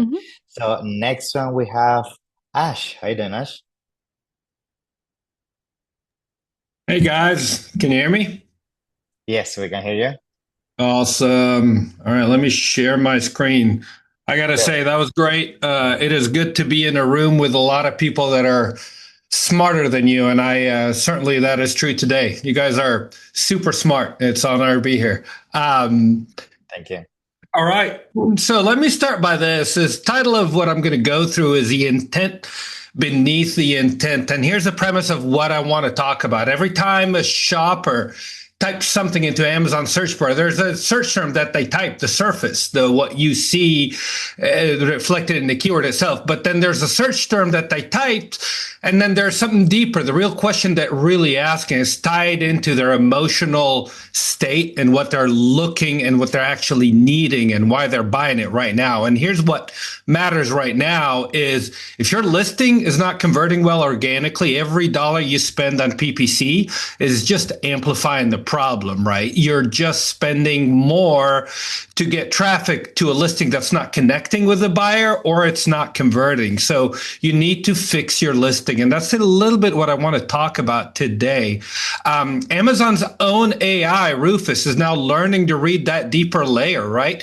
Most sellers are still optimizing for the surface level things. And I want to show you what happens when you decode that mindset of the buyer. So just a quick intro. Started on Amazon 2018 from my garage. Products were good. Reviews were solid. Sales are still lagging, though. The problem wasn't the product. It was the keywords and the workflow behind it. Things have changed, especially in the last year or so.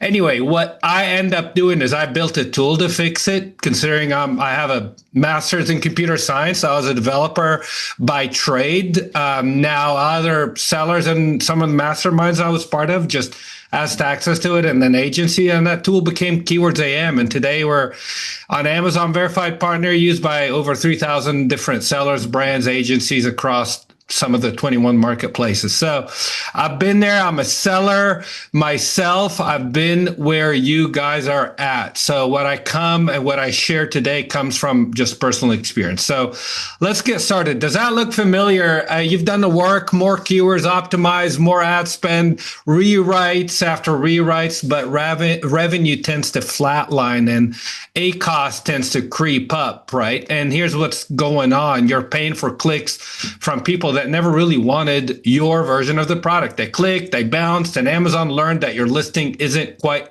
satisfying that search term.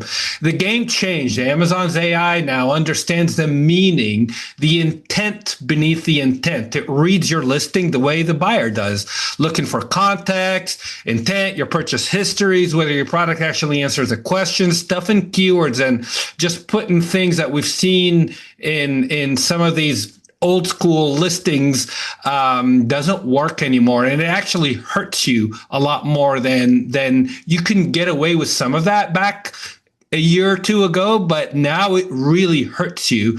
And the reality is ads do get cheaper when you stop buying the wrong click, right? So this is the slide that probably matters the most in my presentation. Amazon built two systems that changes everything for sellers. Cosmo is Amazon's intent knowledge graph, 6.3 million nodes mapping products to why people buy them. And that was a snapshot from an Amazon published article or white paper that was done in 2023, 2024. Now, 2026, it's even more. The production system refreshes all the time, and it's much more than 6.3 million nodes now. When someone searches for shoes for pregnant women, for example, Cosmo infers that they need slip-resistant footwear, even if that listing never mentions pregnancy or never mentions anything like that. Amazon's own research has built this because their existing systems quote, according to that white paper, failed to discover user intention. When they added Cosmo, the search relevance scoring and performance improved by 60%. And Rufus is Amazon's AI assistant. That's the customer-facing side of Cosmo, right? Is everybody talks about Rufus. Over 250 million shoppers use it, right? Customers engaged with Rufus are 60% more likely to complete a purchase. And here's the key. Rufus reads your listing the way a human does. It looks for context, clarity, genuine relevance, and content rewritten as a string of disconnected keywords is really actually harder for Rufus to parse and understand.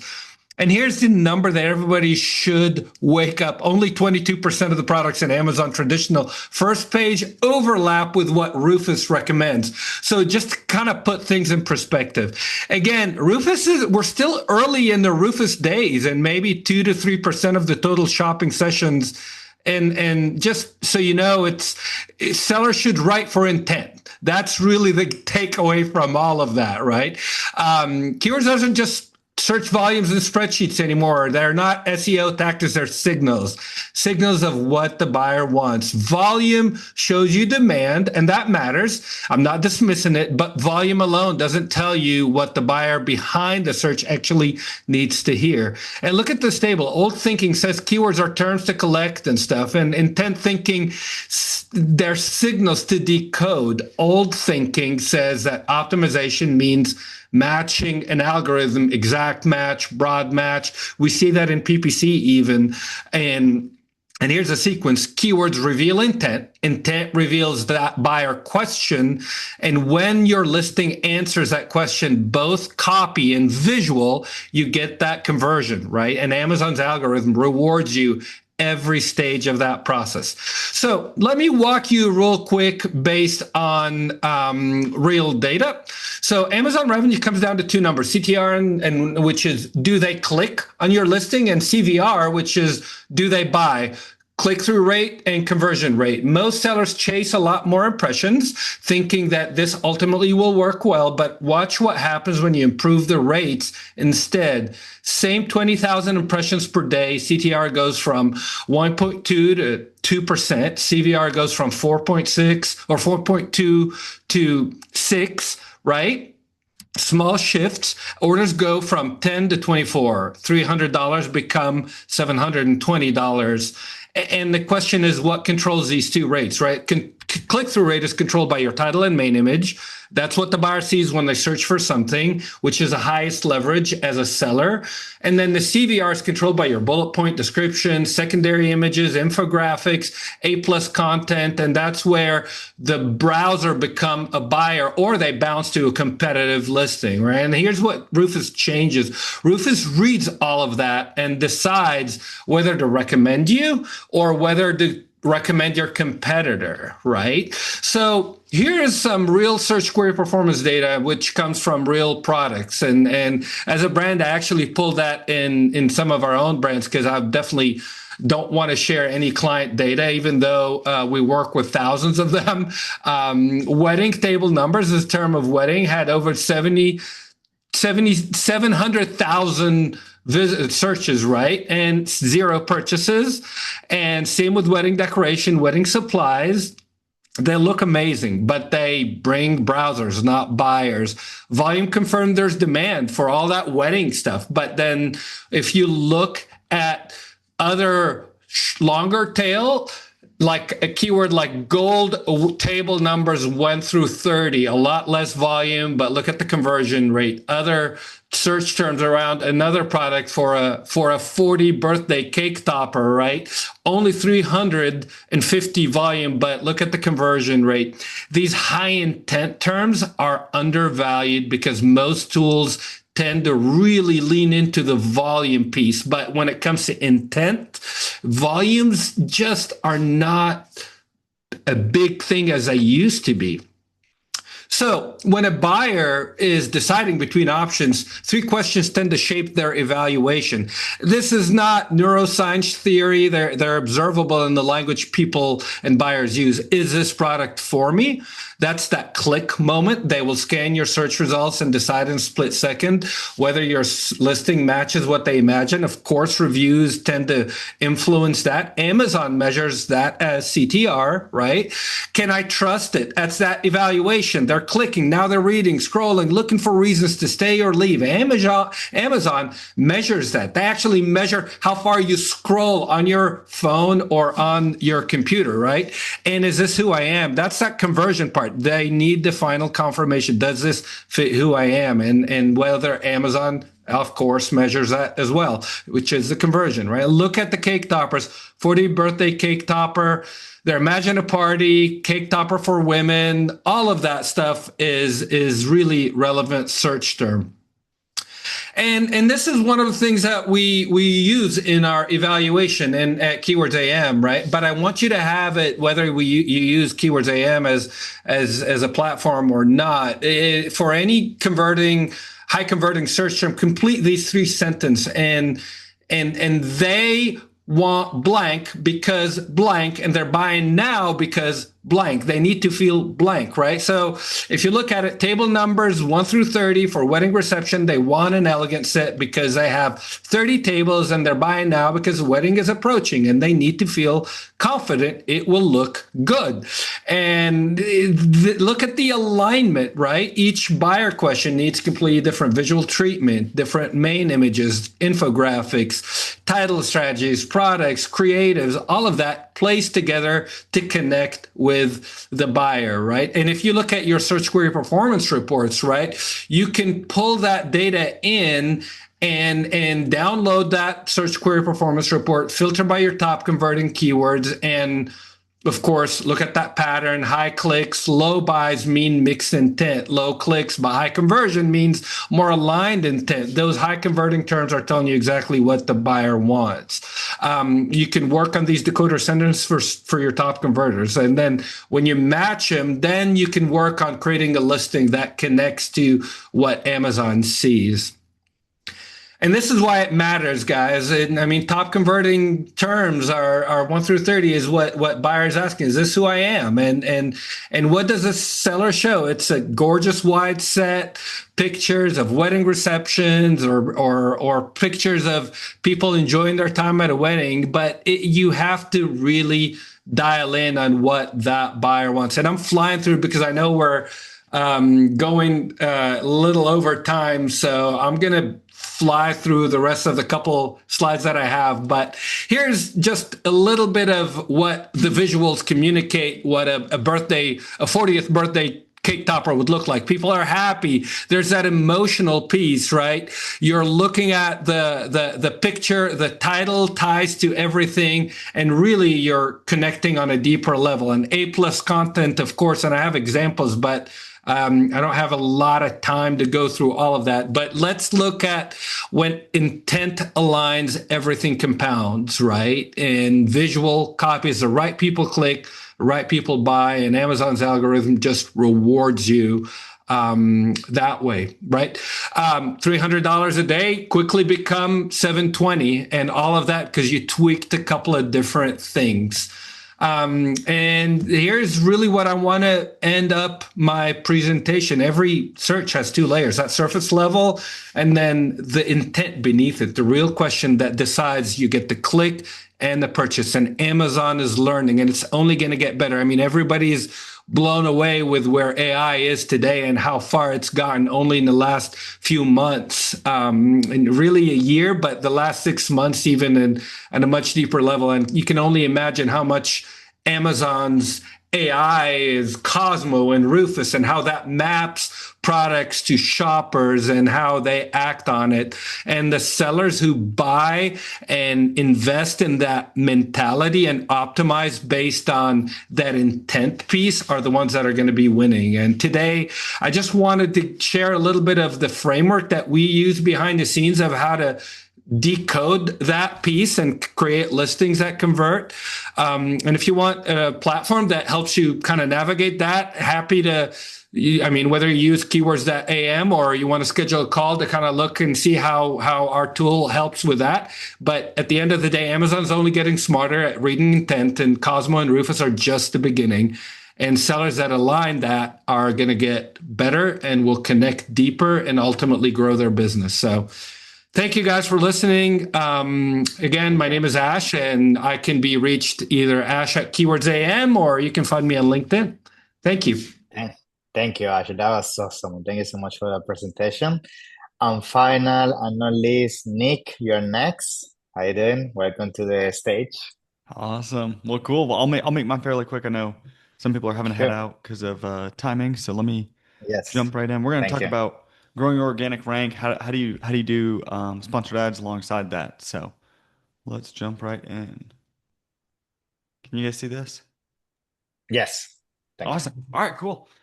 So one of the things that we're going to talk about, we're going to talk through three different things. I'm going to make this fairly quick. It's just 3 quick slides. A lot of stuff on each slide, but I'm going to go through this to try to give you guys as much value as possible. So the core thesis here is that Amazon's A9 algorithm rewards the product that converts the best for each keyword term. Okay. And so what a lot of people do is they try to overcomplicate what Amazon is, what does it do, how do you rank, all this stuff. And so they create this super long document on all the A9 stuff, and it just distracts you. I'm a big believer in the 80-20 rule, and one of the things that we talk about a lot internally is we talk about how are you able to actually rank on Amazon. And really there's 2 major factors. One is going to be your conversion rate, and 2 is going to be the velocity, right? And so whenever people go in, they're always thinking, hey, how do I grow? And they go through all these different factors and everything. And really, if you keep it as simple as possible, those 2, conversion rate and velocity, are what builds it. And how I describe it is, from a velocity standpoint, everyone thinks it's a chicken and the egg. But the reality of it is Amazon's a public company. They want to make more money from a revenue and a profit side, from their customers and from their vendors. And so when you look at it, I think the numbers in the last number of years, sales have increased 91%. Amazon spend has increased 387%. So you got to be really, really careful on how you do this. Now, when we talk about conversion, this is not just overall conversion on your product.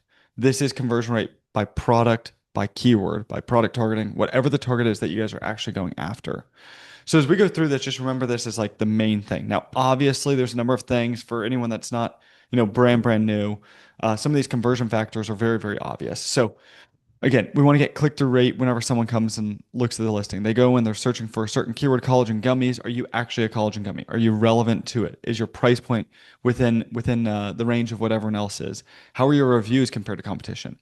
Really, when you look at this, Ash said this really well. It's all about intent within your search. So when you type in something like bachelor gifts, bachelorette party gifts, people are just searching, they're window shopping. They're not actually looking to actually buy. They're just looking for ideas that they can then go look deeper into the actual buying of this. So make sure that your main image is very, very targeted towards what the customers are actually searching. The next you're going through is like your bullet points, your pricing, your reviews.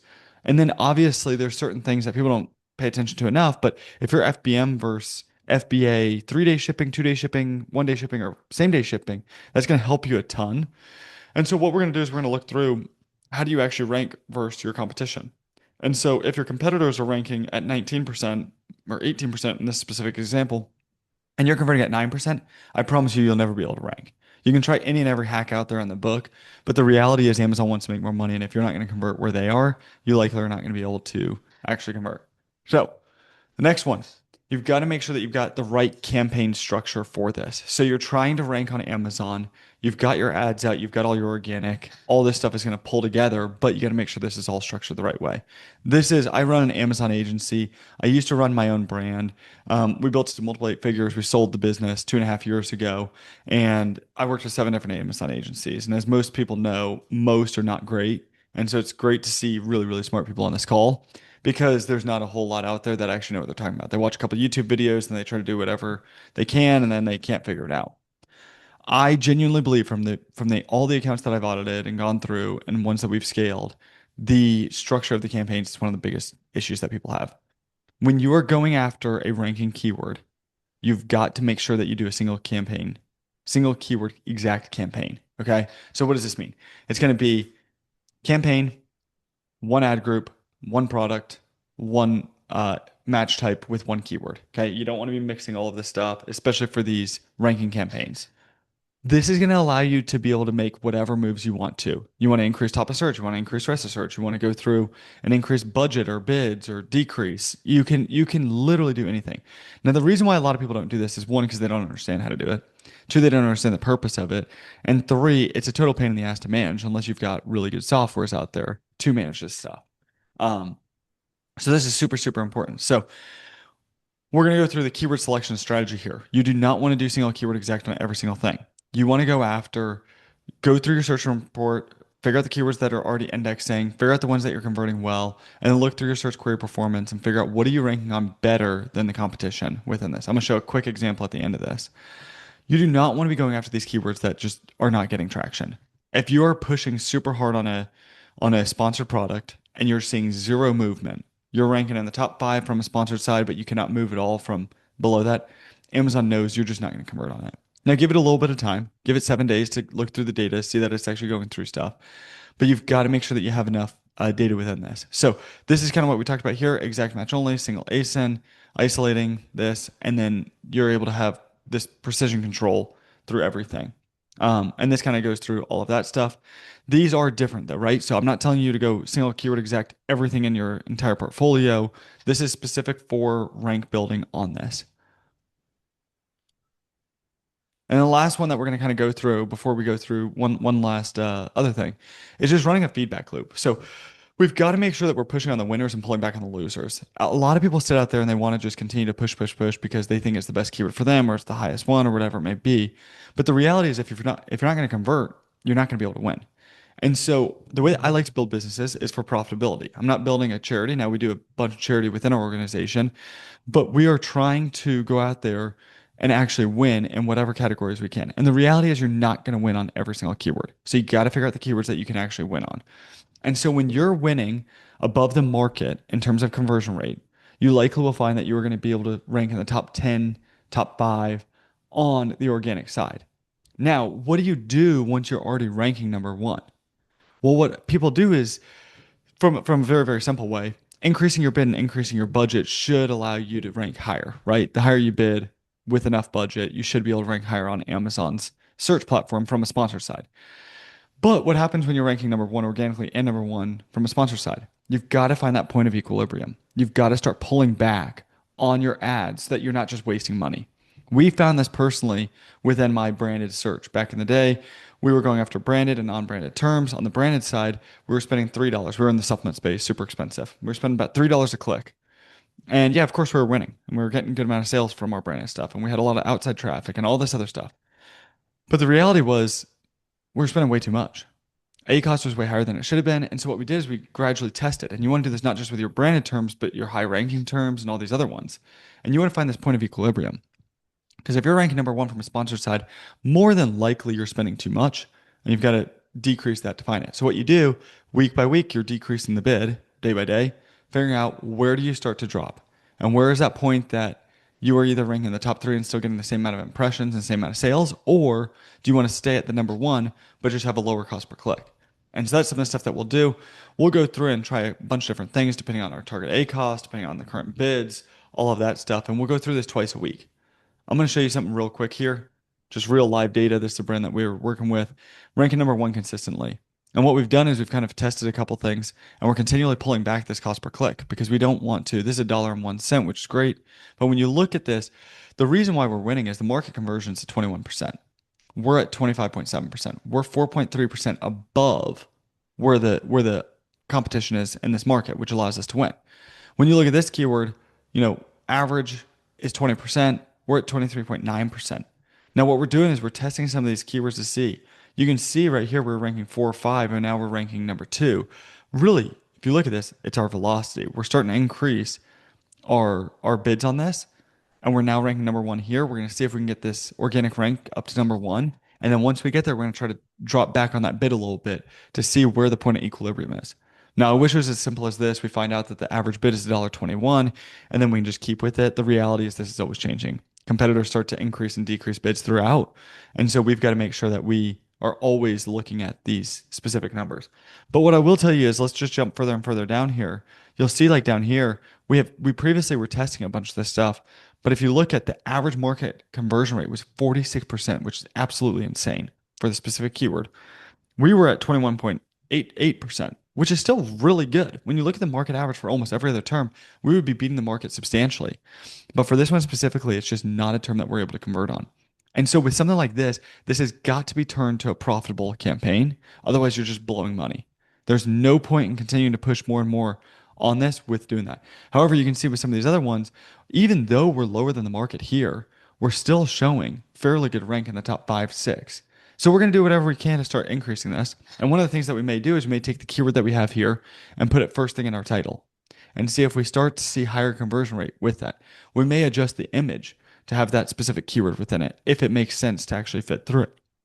And we'll see if the ranks of other keywords starts to drop while that one increases, or does that one even change? If it doesn't, we're going to go change it back. This is all A/B testing and figuring out how do you do this effectively so that you can start making more profit within your business. Anyways, for anyone that wants to reach out to me, I'm sharing everything on LinkedIn. I'm going to share all the secrets of what we do. For me, it's if you've got the time to learn all this stuff, I'm going to give you the advantage of learning anything and everything. And if you have any questions, feel free to reach out on LinkedIn. Thank you, Nick. That's awesome. Yeah, organic ranking, is the most important thing for Amazon brand, and seeing the whole blueprint definitely is going to make it so much easier for everybody watching this webinar. So appreciate that. So awesome, guys. So we have pretty much 5 minutes left or so for Q&A. I saw we have some questions already there. So I just want to elaborate a bit more on those because we get this question quite a lot. So I saw that one of them was to do with the spend, right? And at what level we should be starting Amazon Marketing Cloud. I saw Ritu already answered, but I'm going to add my 2 cents on this and feel free for anybody else to jump on this. I would say with Amazon Marketing Cloud, to be honest, the sooner the better, because at the end of the day is a race towards making sure you can start gathering as much data as possible, right?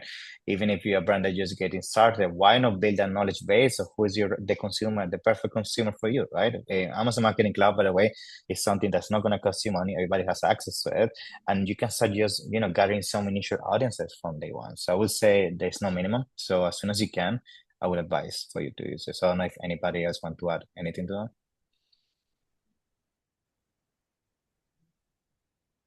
Cool.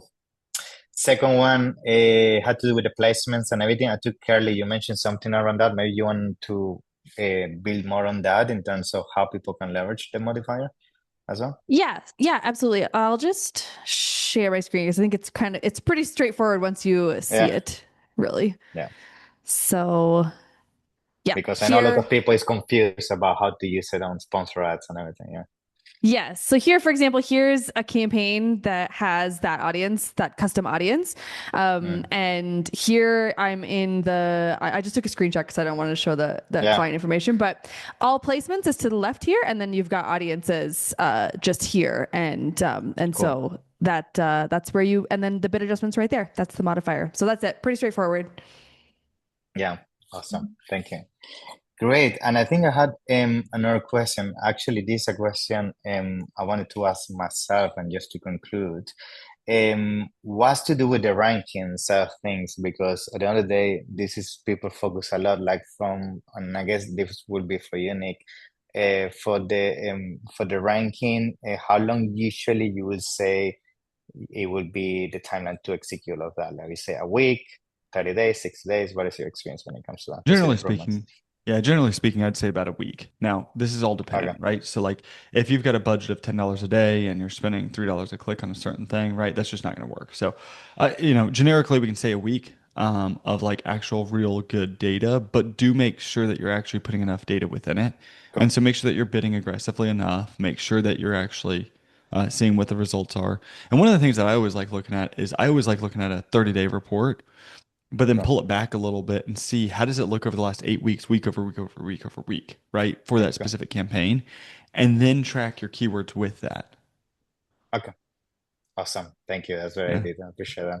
Cool, guys. So unfortunately, we're running out of time. I wish we could go a bit more into some of the topics. But again, this is going to be published as well across all our social media channels and YouTube as well. So I'm going to make sure myself and the speakers, we can then be on top of the comments and questions that could pop out of this, because the reality is a lot of this presentation, we're also going a lot in depth when it comes to technicality. So I'm sure you're going to rewatch it, and that's where a lot more of the questions are going to pop up. So make sure you leave it on the comments, especially on YouTube and social media, and then we can answer on the go.